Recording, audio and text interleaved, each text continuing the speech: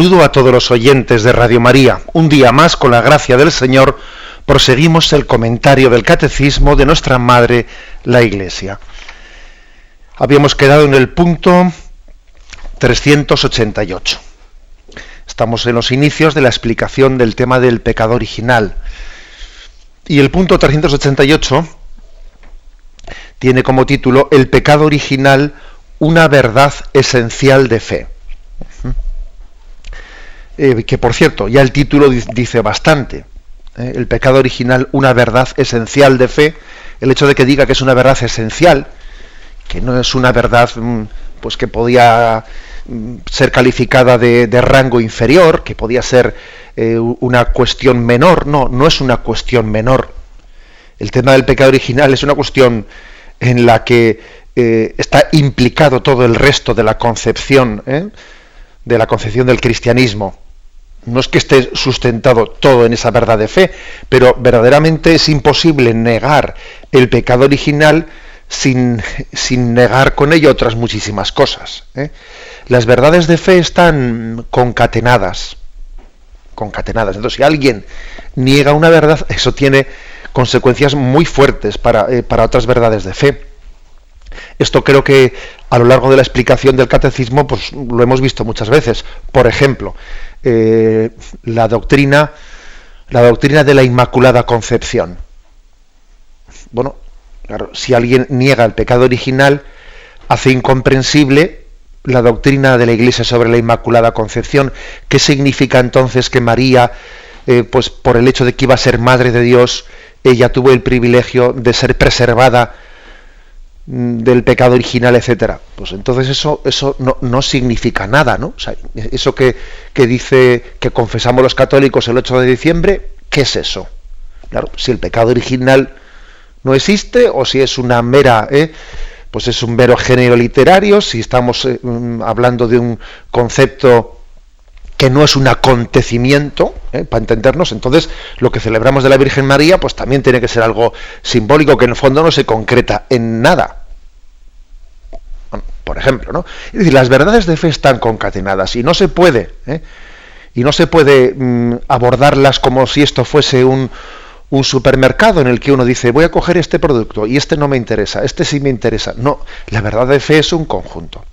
Por otra parte, es curioso observar cómo yo creo que el propio pueblo de Dios y la acción que el Espíritu Santo ejerce en él nos prueban que esto es verdad, porque cuando el Espíritu Santo da la gracia de la conversión a alguien, pues yo, la experiencia que tengo como sacerdote es que cuando el Espíritu Santo da la gracia de la conversión a alguien, él abraza la fe, pero totalmente, o sea, no un poco, no en esto sí y en lo otro no. No creo en esto, pero el pecado original no. Cuando el Espíritu Santo nos da la gracia de la conversión, cuando alguien cae del caballo, entre comillas, ¿no? Como San Pablo, abraza la fe en su totalidad. No empieza a hacer allí una especie de selección de verdades de acuerdo a lo políticamente correcto, de acuerdo a mi ideología.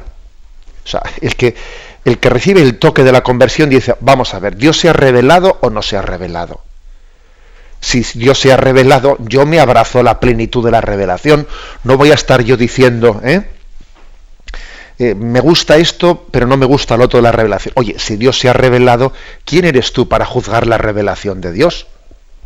Bueno, esto creo que es importante, porque es que aquí dice, pecado original, una verdad esencial de fe. Creo que me habéis escuchado más de una ocasión, un poco, pues irónicamente, bueno, pues desenmascarar a esta cultura nuestra racionalista que pretende juzgar la revelación. Oiga, la revelación, o sea, claro que tenemos que razonarla, pero es razonarla para entenderla mejor y para aceptarla mejor, no para ponerme yo por encima de la revelación, ¿no? Como aquel que dice que estaba predicando y decía, pues como decía Jesucristo y en parte tenía razón, dice, pero bueno, pero ¿cómo que en parte tenías razón? ¿Pero a dónde vas tú? Bueno, algo así, por eso me permito un poco desenmascarar, ¿no?, esta cultura que pretende no sé, pues ponerse a sí mismo, su subjetividad, su relativismo, pretende ponerlo como criterio último para juzgar la revelación. Bueno, dicho esto, vamos a meternos con el punto 388. El pecado original, una verdad esencial de fe. Dice, con el desarrollo de la revelación se va iluminando también la realidad del pecado. Aunque el pueblo de Dios del Antiguo Testamento conoció de alguna manera la condición humana a la luz de la historia de la caída narrada en el Génesis, no podía alcanzar el significado último de la historia que sólo se manifiesta a la luz de la muerte y de la resurrección de Jesucristo. Es preciso conocer a Cristo como fuente de la gracia para conocer a Adán como fuente del pecado. El Espíritu Paráclito, enviado por Cristo resucitado, es quien vino a convencer al mundo en lo referente al pecado, revelando al que es su Redentor. Bueno, en primer lugar, este punto 368 habla de que ha habido un desarrollo en la revelación. Esto tengámoslo siempre en cuenta. La revelación no ha sido instantánea, ha sido progresiva. Y la plenitud de la revelación ha llegado en Jesucristo.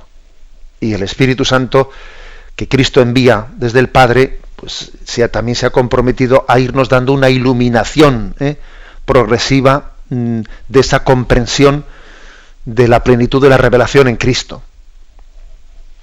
Y aunque nosotros tengamos la Sagrada Escritura, tengamos el libro de la Biblia, bueno, lo tenemos todo de una vez, no olvidemos que este libro de la Biblia es una colección de libros, pues que se han ido elaborando y escribiendo bajo la inspiración del Espíritu Santo en el paso de muchos siglos. Nosotros lo recibimos como un libro comprado hoy, pero ojo, que desde el primer libro que se escribió de la Sagrada Escritura hasta el último ha habido muchos siglos. Luego, la revelación no ha sido instantánea, ha sido paulatina, ha sido progresiva. Y esto viene bien decirlo porque nosotros hemos tenido el don de Dios, hemos tenido el regalo de Dios, somos unos privilegiados, pues porque hemos nacido cuando ya la plenitud de la revelación estaba completada. Hay algún pasaje en el Nuevo Testamento, no recuerdo ahora mismo dónde está, en el que el Señor dice, muchos soñaron ver lo que vosotros estáis viendo y murieron sin verlo. O sea, es decir, muchos soñaron la plenitud de la revelación, quisieron conocer más, estaban deseando, y bueno, y Dios se lo daría a conocer en el cielo, ¿no?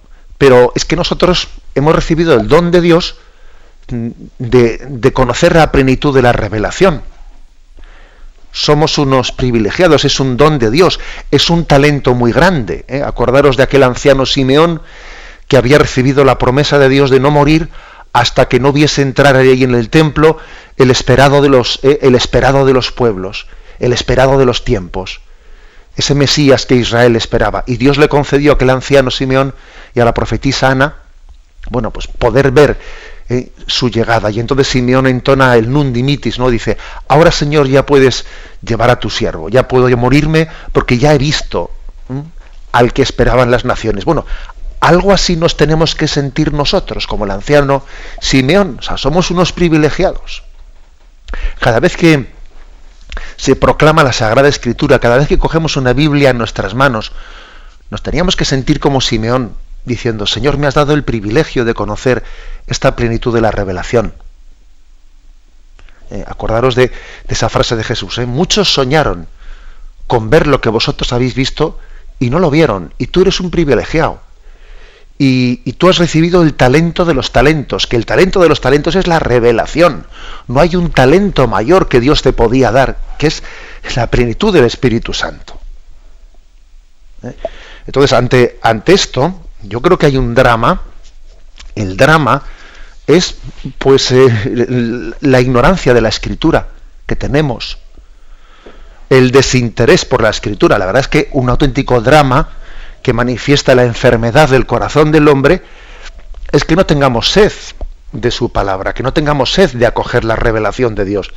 Oye, que esto no es normal. O sea, no es normal que a alguien pues le interese más leer cotilleos que abrirse a la revelación de Dios. Eso no es normal.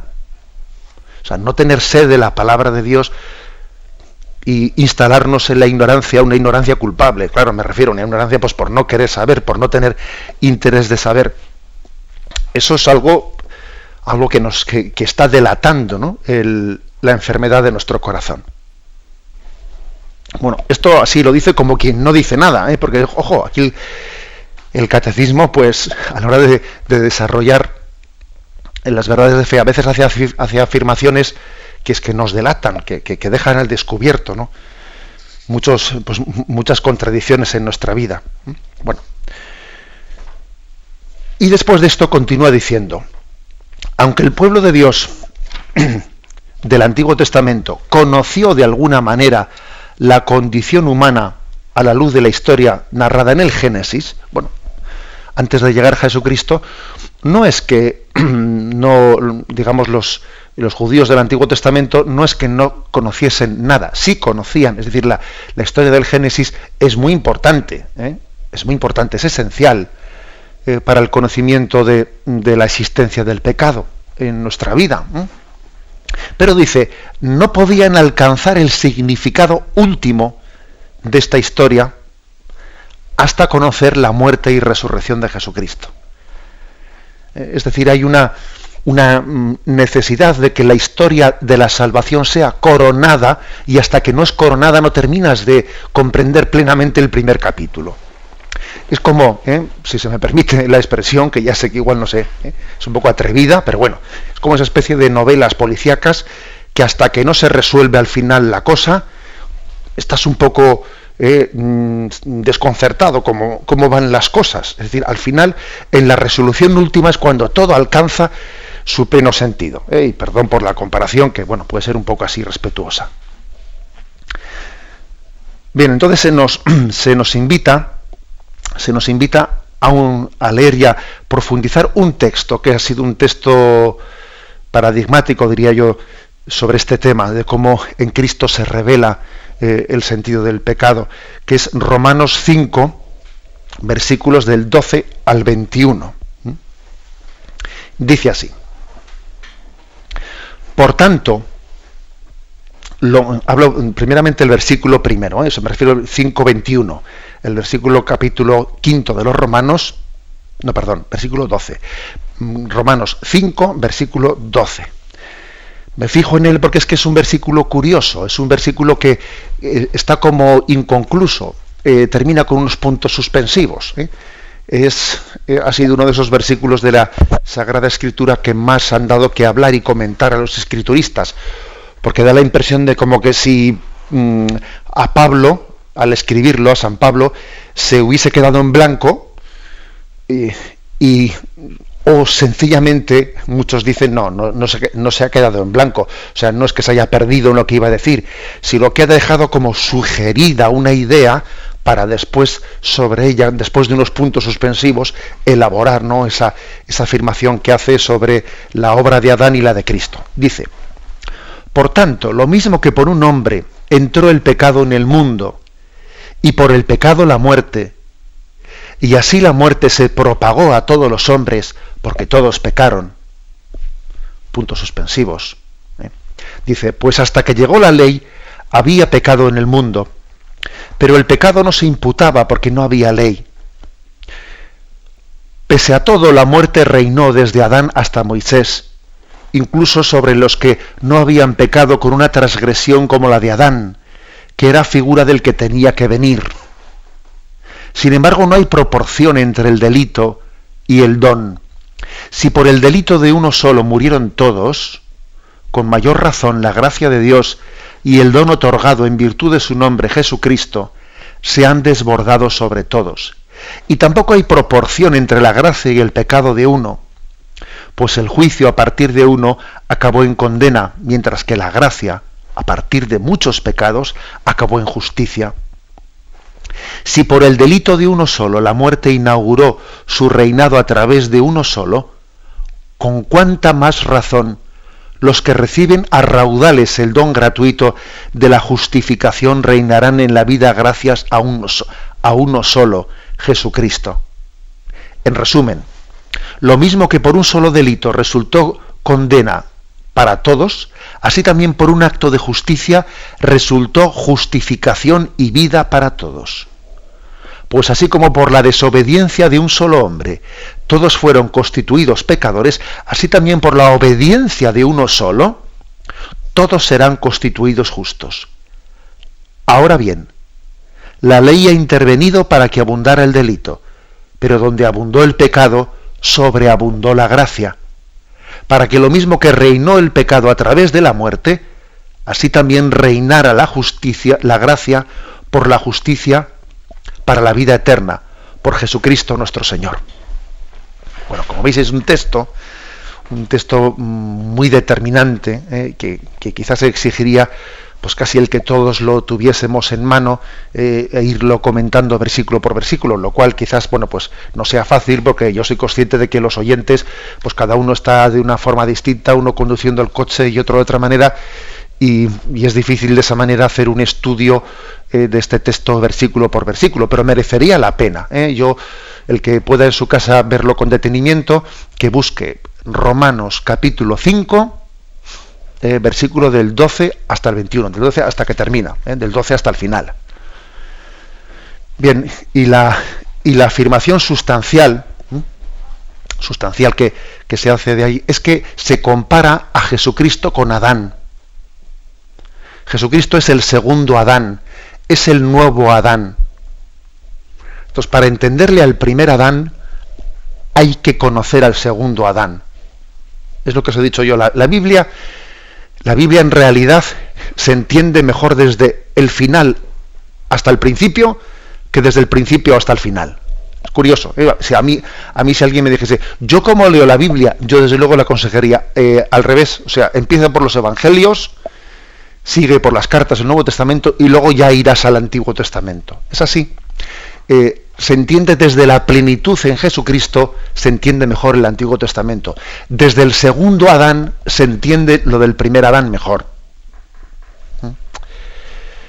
Bien, y la afirmación es esta, que si por un hombre y por la solidaridad que todos tenemos en el género humano con él, entró el pecado, porque fijaros, aquí se afirma en el primer versículo, ese que os decía que termina en puntos suspensivos, que es tan misterioso, se afirman tres cosas, ¿no? Se afirma que existe una relación entre el pecado y la muerte, que la muerte se introdujo por el pecado de Adán. Se dice que existe una relación entre el primer hombre y la entrada del pecado, entre el pecado del primer hombre y la muerte y el pecado de todos nosotros, ¿no? Se dicen cosas fuertes, pero dice, es que hay una especie de paralelismo, porque nosotros tenemos esa especie de, porque participamos, ¿no?, de ese mismo destino de la condición humana de Adán.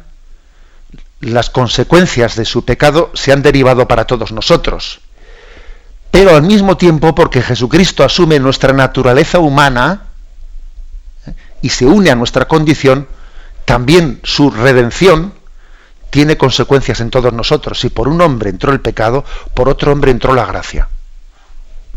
Lo cual también nos hace meditar en esa unión misteriosa, de unión de destino que tenemos entre todos nosotros. Y Cristo también es compañero de destino, o sea, es decir, Jesús se introduce, asume, se hace, es uno de nosotros, es para toda la eternidad uno de nosotros, también para ofrecer su destino, el de la vida eterna, a todos y cada uno de nosotros.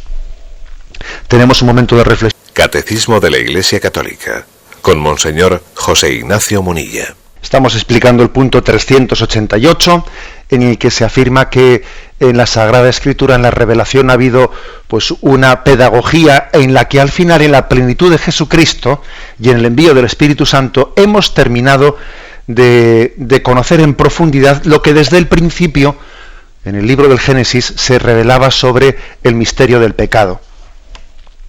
Dice aquí, el Espíritu Paráclito, enviado por Cristo, resucitado, es quien vino a convencer al mundo en lo referente al pecado.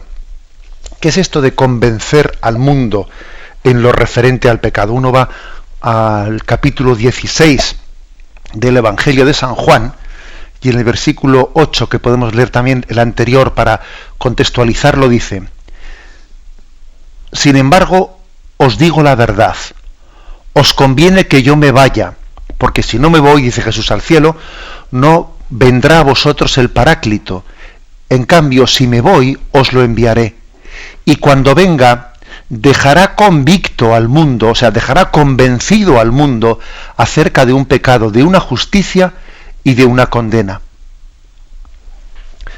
Y después dice: de un pecado porque no creen en mí, de una justicia porque me voy al Padre y no me veréis, de una condena porque el príncipe de este mundo está condenado. Se refiere a Satanás. Bien, lo que es curioso en ese texto que aquí subraya el Catecismo es la afirmación de que el Espíritu Santo que Jesús envía desde el Padre, ese Espíritu Santo que viene en Pentecostés, dice: dejará convicto al mundo, dejará convencido al mundo acerca del pecado. Convencer al mundo en lo referente al pecado. Es curiosa esta expresión, ¿eh? Convencer al mundo en lo referente al pecado. Se refiere a que nosotros, sin la luz del Espíritu Santo, no terminamos de entender el misterio del pecado. Cuando estemos en Dios en la vida eterna, en esa visión beatífica que Dios nos promete, allí, al ver la santidad de Dios, claro, al ver la santidad de Dios, uno lo tiene todo claro, clarísimo. O sea, la santidad de Dios lo deja todo bien iluminado. Pero aquí, en ese conocimiento de la fe, dependiendo de la luz del Espíritu Santo que tengas, lo ves más claro o lo ves menos claro. No sé si recordáis esa famosa expresión de Santa Teresa de Jesús, Santa Teresa de Ávila, que era una auténtica pedagoga, ¿no? La manera de explicar grandes verdades de fe, pero con imágenes muy sencillas. Y recuerdo que hay un pasaje, no sé si es en el Camino de Perfección, o no sé exactamente en qué libro es, de las obras de Santa Teresa, en las que dice ella, ¿no? Habiendo, en su lenguaje, en su castellano medieval, dice: habiendo abierto la ventana de la habitación, habiendo abierto la ventana y entrando la luz del sol, vi que la mesa, que pensaba que estaba limpia, de repente vi cuánto polvo tiene. Es decir, uno ve la mesa y dice: está limpia, ya, abre la ventana, entra la luz del sol y dice: qué polvo tiene esto. Coges, pasas el dedo, dice: menudo polvo tenía. Pero tú, hasta que no ha entrado la luz del sol, no lo has visto. Es decir, es que el pecado solamente se ve a la luz de Dios. Si uno no conoce la santidad de Dios, no ve el pecado. Es que no lo ve. Por eso suele ocurrir en nuestra vida que uno se siente más pecador conforme está más cerca de Dios. Y paradójicamente, cuanto más lejos está de Dios, cuanto más pecador es, menos pecador se ve. O sea, es así. ¿Por qué? Porque hace falta conocer el misterio de la santidad de Dios para poder valorar el pecado. Si no, no lo valoras, no tienes punto de referencia.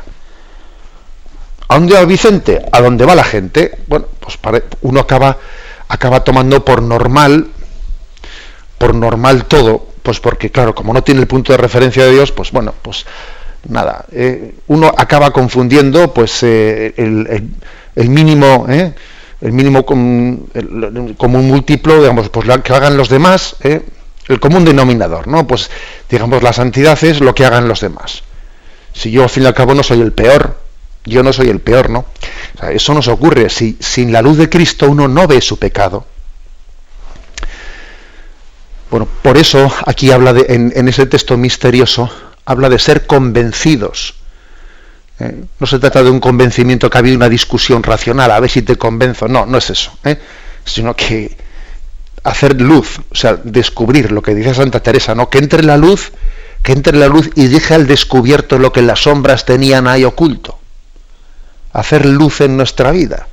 O sea, darnos cuenta de para qué nos ha creado Dios, cómo nos ha querido Dios. Y entonces desde eso uno entiende su vida y su pecado. Por eso en realidad, fijaros bien, no es cierto que la doctrina del pecado le lleve a la Iglesia una y otra vez pues a estar siempre dándole vueltas a a un eterno examen de conciencia de decir, mira esto, has hecho lo otro, has hecho lo otro. No, no es verdad. Claro que hay que hacer un examen de conciencia en el que uno repase su vida, ¿no? Pero fijaros, del examen de conciencia casi lo principal es ponerse en presencia de Dios y mirar a Dios y a la luz de Dios ver nuestra vida. O sea, no es lo mismo un examen de conciencia que una introspección. Una introspección es, a ver, voy a meterme ahí dentro y doy vueltas como un psicoanálisis, ¿no? Un psicoanálisis que no hace más que darle vueltas y vueltas al pasado de tu vida. Oye, eso no es un examen de conciencia. No es un examen de conciencia. Un examen de conciencia es ponernos en presencia de Dios y que a la luz de su santidad, a la luz de la bondad de Dios, yo por contraste, pues entiendo mi pecado. Es un poco como aquel pasaje de Zaqueo, en el que entra Jesús en su casa, y es curioso que Jesús no le da muchas vueltas y no parece que le hubiese dicho a Zaqueo, oye, me han dicho que eres un ladrón. A ver, no parece que le dijese eso. Pero a la luz de Jesús en su casa, Zaqueo de repente se pone de pie y dice, la mitad de mis bienes se la doy a los pobres, y si algo he robado a alguien, le daré 4 veces más. Es curioso, porque Zaqueo llega a tener esa reacción a la luz de Jesucristo, de que Jesucristo entra en su casa, y al entrar en su casa es lo de Santa Teresa. Allí de repente él ve el polvo cuando antes no lo veía. Bueno, pues esto es lo que viene a ofrecernos Jesús, lo que viene a prometernos. Yo os enviaré el Espíritu Santo Paráclito, y Él os convencerá en lo referente al pecado, revelando al que es su Redentor. Revelándote a Jesucristo, como consecuencia vas a conocer de qué te ha redimido Él. Tenemos un momento de reflexión y continuaremos enseguida. En el Catecismo pasamos al punto 389. Es el segundo punto que completa la explicación, el pecado original, una verdad esencial de fe. Dice así, 389. La doctrina del pecado original es, por así decirlo, el reverso de la buena nueva de que Jesús es el Salvador de todos los hombres, que todos necesitan salvación y que la salvación es ofrecida a todos gracias a Cristo. La Iglesia, que tiene el sentido de Cristo, sabe bien que no se puede lesionar la verdad del pecado original sin atentar contra el misterio de Cristo.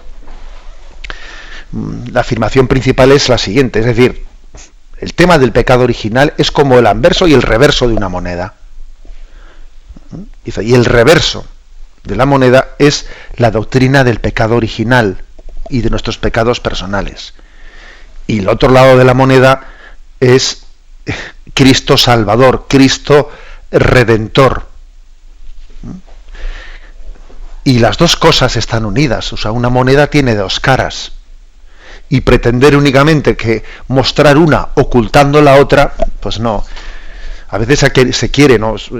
Se quiere hoy en día pues hablar de Cristo Salvador, pero sin hablar del pecado. Mira, y eso es hacerle un triste favor a Cristo Salvador. Porque si yo no sé de qué me salva,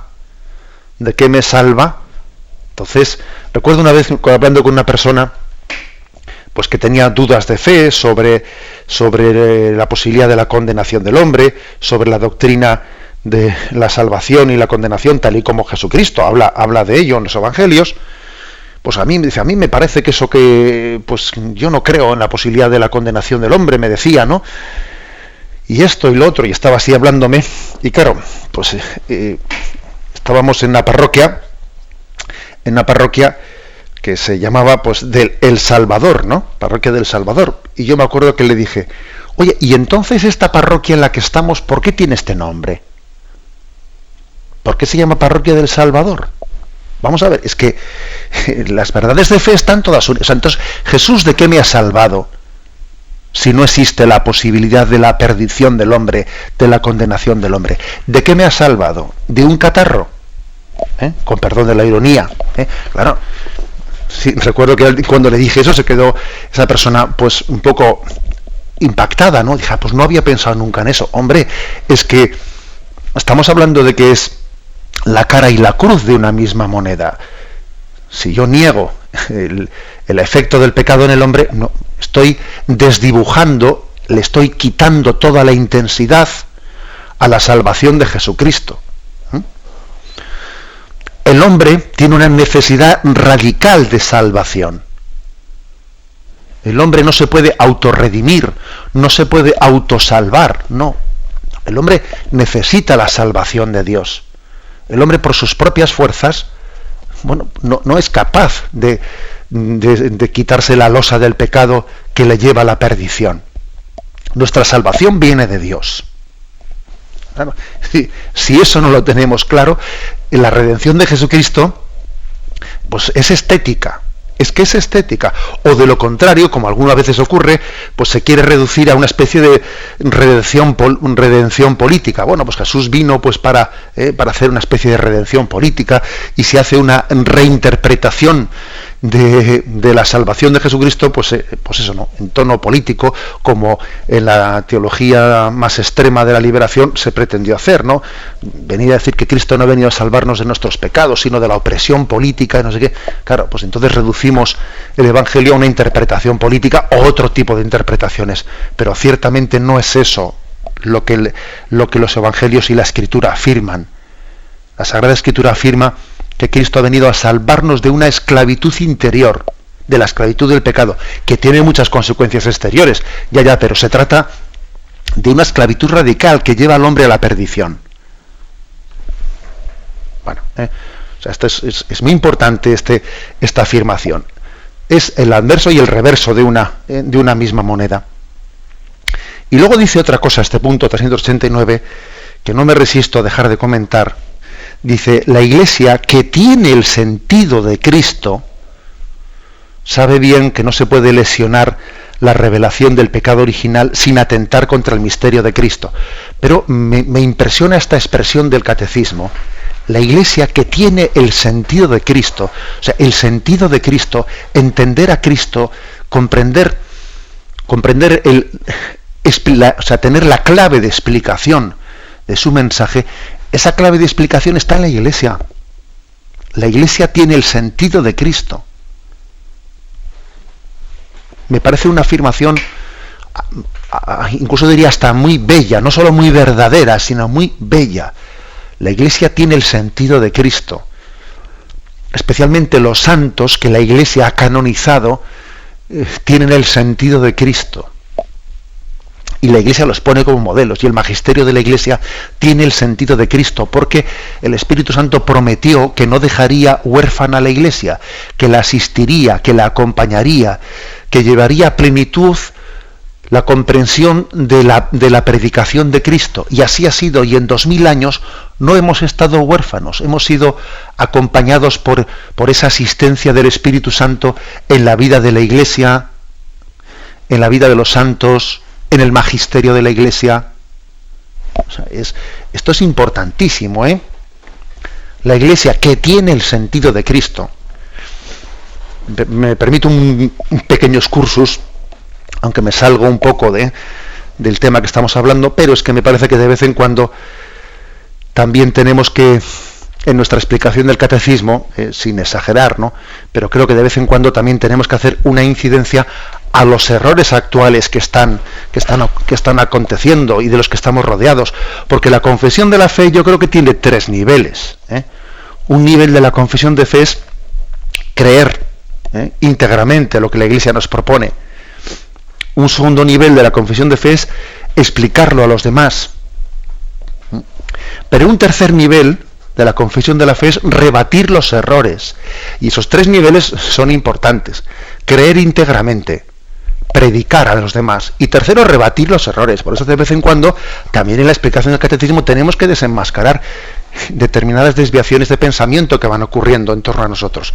Entonces, a lo que iba, a propósito de esta afirmación que hace el catecismo, esto de que la Iglesia tiene el sentido de Cristo. Claro, fijaros hasta qué punto esto desenmascara esa tentación de Cristo sí, Iglesia no. Imaginaros hasta qué punto desenmascara, porque después del Cristo sí, Iglesia no, más tarde vino pluralismo religioso sí, pero religión revelada no. Es decir, que bueno, que aquí vamos a hacer un más mix, una especie de común denominador de todas las religiones, pero sin creer en que Cristo ha revelado un camino objetivo para llegar a él. Y en el fondo detrás de esto se esconde algo que hoy en día se está difundiendo mucho, que es espiritualidad sí, religión no. O igual también dice, bueno, espiritualidad sí y religión la que te convenga. Que recuerdo haber escuchado hace poco algo que me impactó, ¿no? Hasta qué punto se le puede hacer daño al pueblo de Dios predicando equivocadamente, decir la siguiente imagen. La religión es como un vaso y el agua es como la espiritualidad, decía vamos, no voy a dar pistas, ¿no?, de quién era la persona, pero bueno, decía, la religión es como un vaso, pero lo importante no es el vaso, lo importante es el agua. Entonces, a mí no me importa qué religión tengas, lo que me importa es el agua. Pues tú, si quieres, cambia de vaso, pero lo importante es el agua. El agua es la espiritualidad y el vaso es la religión. Bueno, la verdad es que me parece una falacia tremenda, una concepción tremenda, porque ¿cómo se puede separar espiritualidad de religión? ¿Cómo se puede separar? ¿Cómo se puede separar la carne de la sangre? Es que como no le mates, eso no hay quien lo separe. Si tú separas la carne de la sangre, le has matado. ¿Cómo se puede separar Jesucristo, la religión cristiana, de la gracia que nos da? ¿Cómo se puede hacer esa separación? O sea, es decir, desenmascaremos esta teoría subjetivista de la nueva era que se va difundiendo entre nosotros, una nueva era en la que se confunde, no hay religión revelada, y en el fondo, pues cuando negamos la revelación, pues acabamos todos reduciéndola a una difusa espiritualidad. Perdón, aquí la clave está en el acontecimiento de la revelación. Cristo vino y se reveló, y vino a nosotros, enviado por el Padre. Esa es la clave. Luego a mí no me distingas ahora entre el vaso y el agua, porque como he puesto el ejemplo, la carne y la sangre no se pueden separar. Cristo no solo es el vaso, sino que es el agua, y no solo es el agua, sino que es el vaso. Y creo que esta afirmación, hecha con fuerza, desenmascarando, como digo, todos estos errores que se están concatenando y que están unidos a esta visión y a esta imagen de la nueva era que se va infiltrando entre nosotros, pues nos tiene que llevar a afirmar esto que con tanta belleza dice aquí el Catecismo: la Iglesia tiene el sentido de Cristo. Y nos refiere 1 Corintios, capítulo 2, versículo 16. Dice: ¿quién ha conocido la mente del Señor para poder instruirlo? Pues bien, nosotros tenemos la mente de Cristo. Impresionante que diga San Pablo esto. ¿Quién ha conocido la mente del Señor para poder instruirlo?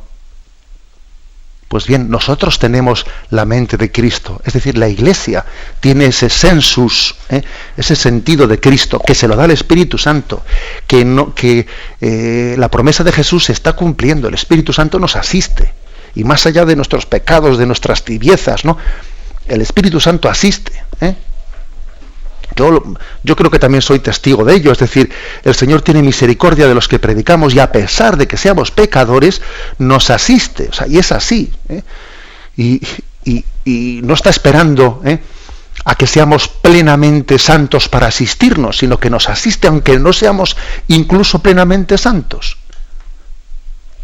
La Iglesia tiene el sentido de Cristo, y por eso proclama al Cristo Redentor, que al mismo tiempo eso supone, revela, descubre lo que es el misterio del pecado del hombre. Lo dejamos aquí, damos paso a la intervención de los oyentes. Podéis llamar para formular vuestras preguntas al teléfono 917-107-700. 917. Catecismo de la Iglesia Católica, con Monseñor José Ignacio Munilla. Sí, buenos días. ¿Con quién hablamos? Buenos días, padre Munilla, de Eduardo de Cádiz. Adelante, Eduardo. Mira, yo diría que está en el monasterio, unos días de retiro y tal, muy bien. Pero me llamó mucho la atención. Y este monje lo decía con muy buena fe, pero claro, digo yo, ¿de dónde ha sacado este hombre esta idea? Cuando él mismo me ha contado experiencia que ha tenido con Satanás. Entonces le contaba allí a unas personas que estaban también de visita, que en el Señor decía y que el infierno y la condenación no existe. Y yo he leído en Mateo 25, capítulo 25, del 30 al 42, no sé qué, donde se habla claramente de la condenación eterna. A ver si es que la Iglesia también ha entrado en una confusión. Buenos días, padre. Gracias. No, la Iglesia la verdad es que no entra en una confusión. La Iglesia no es dueña de ese mensaje revelado y por lo tanto, pues no puede decir ahora está bien visto y lo decimos, ahora no está bien visto y nos lo callamos. No, mire usted. Recuerdo con cierta ironía.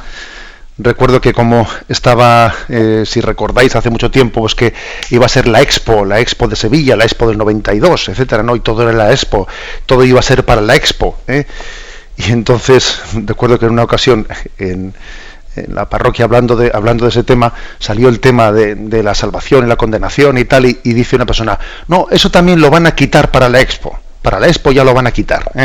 Bueno, con un poco de ironía, pero diciendo, vamos a ver, es que ¿acaso una verdad eterna puede afirmarse o negarse en el siglo XX o XXI o XXII o XVI o el XII o el XI?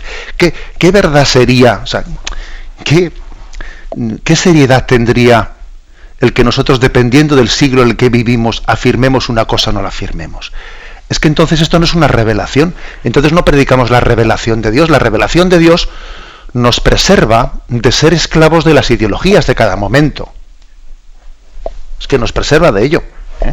Entonces esa es una verdad eterna que está por encima de que sea políticamente correcta, que resulte simpática o antipática. Habrá que explicarla, pero es que no se puede negar la verdad del Evangelio. Pero bueno, quizás lo que sea triste es ver cómo a veces también por influjo de malas teologías, de teologías que no son sanas, que no son conformes al magisterio de la Iglesia, a veces hasta los propios hombres de Iglesia se confunden. Y lo peor, que confunden a otros, claro, que es una gran responsabilidad. Damos paso al siguiente oyente. Buenos días. Hola, buenos días. Sí, buenos días, le escuchamos. Mire, quisiera saber una pregunta. Que es que tengo la radio y me confundo a veces. Vamos, quisiera saber una pregunta si me vale la misa y el rosario, porque aquí cada 15 días tenemos misa. Entonces procuro escucharla aquí en Radio María, el rosario y la misa. Y luego otra pregunta sobre una herencia. Mi suegro dejó en testamento a partes iguales, a mi marido y a su hermana, pero mi cuñada no quiere hacerlo. Entonces no sé qué hacer, si mi marido que pierda o qué, porque yo soy muy católica, muy creyente y no quiero que se lleven mal. De acuerdo. Pues mire, con respecto a esto último, pues mire, yo distinguiría cuando hay conflictos del tema de testamento, distinguiría pues cuando tenemos un grado de necesidad y precariedad en nuestra vida, que los deberes que tenemos para nuestros hijos, pues igual no nos tengan que llevar a pleitear porque podemos tener un grado de necesidad pues grande, ¿no? Pero cuando no existe tal cosa y no tenemos una especie de deberes para nuestros hijos, de poder asegurar un recurso de mantenimiento, etcétera, a mí me parece que tenemos que llegar a acuerdos aunque perdamos parte. Así de claro. O sea, a mí me parece que tenemos que tener esa disponibilidad del Evangelio, lo cual no quiere decir que uno no plantee las cosas objetivamente diciendo, a ver, a mí objetivamente me parece que esto es así y aquí el testamento dice esto y esto, pero bueno, si uno ve que eso va a llevar a la guerra mundial y además por otra parte ve que puede prescindir de ese dinero o de parte de ese dinero, es decir, yo creo que hay que hacer un discernimiento entre cuando tenemos una necesidad y un tipo de obligación para nuestros hijos, etcétera, o cuando al final también hay algo de amor propio, algo de celos, de envidias, de historias que dice uno, pues mira, desde luego yo no pienso perder la paz ni sembrar la discordia en la familia por no sé qué. O sea, lógicamente tenemos derecho, ¿no?, a defender nuestros derechos, pero desde luego no de una manera, iba a decir yo, pues que parezcamos más que familiares, parezcamos abogados enfrentados. Perdón, y con respecto a lo primero que decía el oyente, vamos a ver, la expresión me vale la misa, bueno, la verdad es que es una expresión que no me gusta mucho, me vale la misa, me vale el rosario. Vamos a ver, yo creo que claro que la Iglesia pues nos propone la participación en la Eucaristía plenamente, pues en la asistencia al sacramento en la Iglesia y en la recepción del sacramento, etcétera. Es decir, uno allí pues participa de una forma plena del sacramento. Pero cuando uno por circunstancias X no puede ir pues al templo parroquial, pues entonces participa en otra medida a través de la misa, pues desde la radio, cuando no puede asistir.